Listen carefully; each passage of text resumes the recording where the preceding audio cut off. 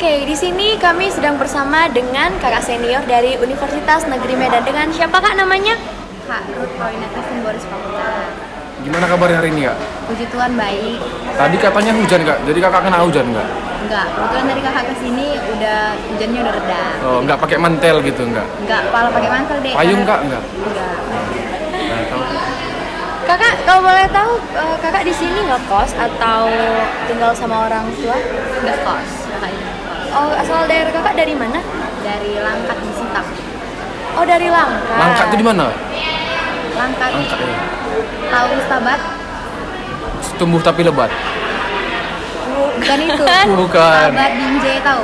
Binjai tahu? Iya tahu. Urusannya lagi. Ada angkot di dalam. Ada lah. Ada. Ngomong-ngomong kak, kakak ini lagi nyusun skripsi ya kak ya? Kalau boleh tahu judul yang kakak angkat di skripsi kakak itu apa ya kak? Kebetulan judul yang kakak angkat pada skripsi kakak ini yaitu model pembelajaran. Jadi judulnya itu proses penggunaan model pembelajaran action learning berbantu audiovisual dalam materi alat musik tradisional sendiri di SMA Negeri 1 Besitang Kabupaten Langkat. Panjang kali kan? Iya. Jadi nanti kalau misalnya ngapain skripsi gitu pakai fontnya apa? Times New Roman. Ya. Kirain Calibri kan? Enggak deh. Semua pakai Times New Roman. Oh, mana tahu kan Calibri kan, improv gitu. Sesuai format dari universitas. Siap. Oh, berarti itu ditentukan lah ya kak? Iya, formatnya, fontnya, semua rata kiri kanannya semua itu diatur. Kalau boleh tahu, itu kakak nyusunnya dari sejak semester berapa? Dari kapan lah? Kebetulan kayak stambul kakak ini ya, sebenarnya udah terlalu lama sih sebenarnya. Kalau mau nyusun itu maunya jangan di waktu mau nyusun baru dimulai dipikirkan. Kayak orang kakak ini udah sedikit lama sih. Oh, berarti kayak sedia payung sebelum hujan gitu lah ya Iya, kak? seharusnya kayak gitu. Iya. Jadi kayak orang kakak ini ngerjainnya itu baru di semester 8, karena kan semester 7 itu ada PMKR kan, mata kuliah PMKR. Iya. Jadi baru semester 8, maunya sebelum semester 8 itu sudah mulai dirancang kayak gitu. Jadi kayak nggak terkejut gitu, biar terkejar juga kan, biar nggak bayar UKT lagi gitu. Dalam penyusunan skripsi kakak itu biasanya kan pasti ada kendala-kendala lah ya. Banyak sih. Nanti kalau kalian nyusun skripsi itu banyak nanti kendala yang kalian alami. Mulai dari kayak menurut pribadi yang kakak alami ya, masalah yang paling terbesar, kendala yang paling terbesar itu bimbingan sama dosen. Kayak nentuin jadwal untuk bimbingan itu susah gitu. Kayak adalah beberapa dosen kayak chat kita susah direspon kayak gitu, telepon kita nggak diangkat-angkat gitu, pasti ada. Jadi menurut kakak itu sih kendala yang paling kakak besar yang kakak alami. Bimbingan dosen tadi kayak mana maksudnya kak? Jadi Ngapain kita? Ke rumah dosen atau ngapain gitu? tergantung dosennya sih. Kayak kalau kayak sekarang kan lagi pandemi itu ya, Iya. banyak dosen itu nggak mau jumpa langsung gitu. Tapi ada juga dosen itu yang nggak mau bimbingannya online gitu, jadi harus kita ke rumahnya. Jadi kayak kita kan tuh udah ngerancang, Iya. kan? Udah Iya. kita buat bab 1, bab 2, bab 3, bab 4-nya. Kebetulan kakak kan udah sampai penelitian tuh udah bab 4 lah gitu, sampai bab 5. Iya. Kan? Jadi kayak kan itu belum 100% benar gitu kan. Jadi untuk bisa ACC, untuk bisa sidang itu kita harus ACC dulu dari dosen pembimbing kita gitu. Tadi kan kakak bilang tadi kan bimbingan ke rumah dosen Iya. gitu. Jadi kita datang gitu ke rumah dosen dikasih minum nggak? Tergantung dosennya deh. Oh. Kan kakak dalam masa pandemi itu ya susah kan kak buat penelitian ke tempat penelitian kakak. Gimana sih kak perjalanan kakak di selama penelitian ini di masa pandemi ini? Ya kan kebetulan ini lagi pandemi ya. Jadi makanya kakak pribadi sendiri ngambilnya ke sekolah kakak sendiri dulu. Jadi kayak untuk surat, untuk penelitiannya, untuk observasinya itu jadi lebih gampang gitu. Kalau misalnya istilahnya kayak orang dalam lah gitu, kita udah punya orang dalam gitu. Makanya kakak pribadinya ngambilnya ke daerah kakak, nggak di Medan ini gitu, biar lebih gampang. Oh jadi kakak langsung bisa nggak langsung turun lapangan buat penelitian? Bukan maksudnya nggak turun lapangan. Kalau misalnya di Medan ini kan kayak kita belum kenal kepala sekolahnya, belum kenal gurunya, pasti kayak akan sulit gitu gitu. Untuk kita masuk ke sekolahnya itu aja kan sulit, untuk ngasih suratnya aja untuk izin penelitian kita tuh sulit. Jadi kayak ke sekolah kakak sendiri kayak ini udah kenal gitu kan ke sekolah kakak, jadi kayak oh ya udah nggak apa-apa masuk aja nak kayak gitu. Jadi kayak lebih memungkinkan, lebih gampang, bukan berarti nggak masuk terjun lapangan. Namanya juga penelitian kan, nggak mungkin kita nggak penelitian, nggak terjun lapangan. Penelitian itu dibayar ya? Nggak, penelitian itu nggak bayar, kita nggak bayar apapun. Dibayar orang juga? Nggak ada dibayar dan nggak membayar. Jadi kalau makan minum gitu kak? Makan minum gimana nih maksudnya? Kan penelitian gitu, kayak di sekolah itu makannya dari kita sendiri. Kebetulan kayak kakak penelitian itu kayak nggak harus satu harian gitu, kayak hanya butuh beberapa jam aja gitu. Kayak misalnya hari ini kamu mau observasi apa, mau observasi lingkungan kah, mau observasi tentang siswanya kah gitu. Jadi kayak nggak memungkinkan untuk satu hari, untuk berapa jam aja tuh udah selesai gitu. Karena kan kamu hanya menginput data gitu, hanya mengambil datanya aja. Kalau boleh tahu ya kak, jadi isi skripsi kakak yang udah kakak susun itu kalau boleh kakak ceritakan, boleh lah ya? Ya boleh.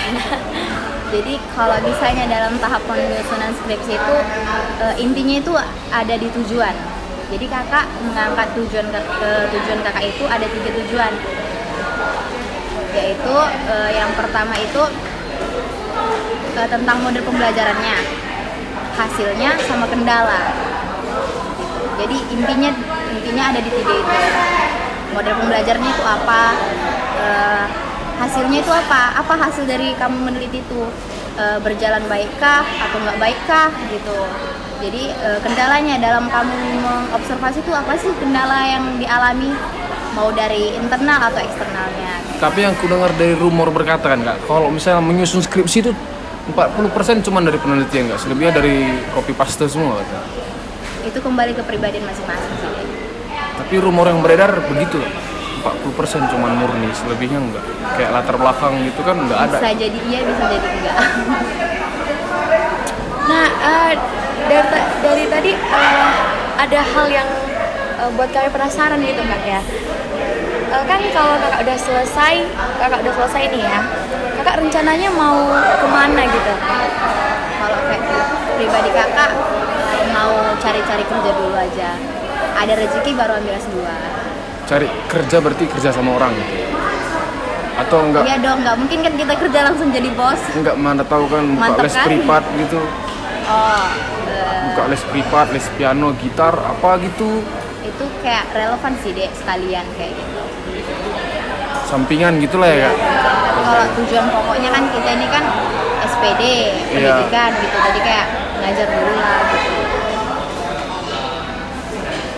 Oke lah kak, semoga sukses ya kak ke depannya.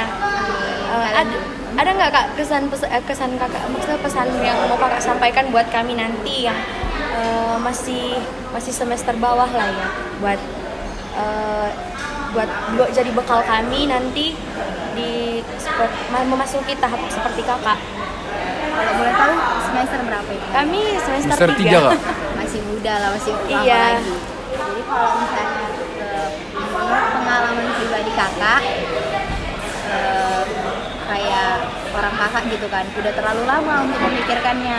Jadi kayak mulai dari semester 5, semester 6 nanti kayak udah mulailah cari-cari judul. Itu kan nanti judul kita itu di ACC dari dosen pembimbing PA dulu, dosen akademik, baru nanti diresmikan sama prodi. Jadi kalau misalnya menurut kakak untuk kedepannya kayak mulailah rancang-rancang dulu nih, pengennya apa, mau pendidikan kah ambilnya, mau tradisi kah, kayak gitu. Jadi kayak udah mulai dirancang lah itu 10 judulnya, ikut latar belakangnya dirancang-rancang. Jadi kayak untuk tidak mempersulit kalian sih, biar lebih mudah gitu. Jadi kayak masuk nanti untuk tahap skripsi nggak terkejut gitu, kayak aku udah punya bahan gitu, jadi kayak udah enak, lancar aja gitu.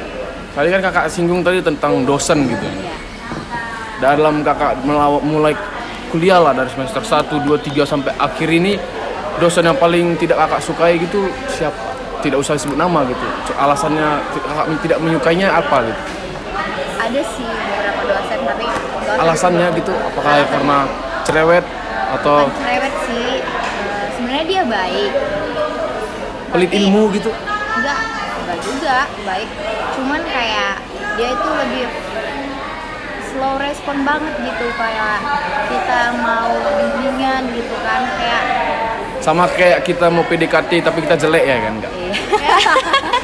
jadi kayak lama kali gitu nanti dibalas chatnya kayak gitu, kayak mau Makanya, sampai Kak. berlarut-larut gitu. Ya mungkin dosennya milih-milih Kak.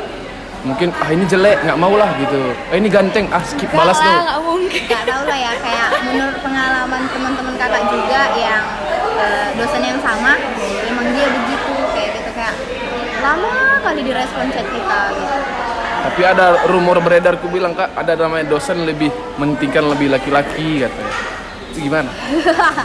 Itu tergantung pribadi dosen masing-masing lah ya, nggak usah diinin. Tapi kan kasihan yang perempuan ya Kak, dapat nilainya tidak memuaskan gitu. Sedangkan laki-laki yang cuma mengumpulkan tugas hadir nggak ada namanya dengar kena masuk Zoom gitu kan dapatnya A gitu karena dosennya mihak ke laki-laki gitu. Ya mungkin something sesuatu lah gitu. Tergantung dosennya lah ya kak. Apakah mungkin karena dia ganteng gitu? Bisa jadi bisa enggak.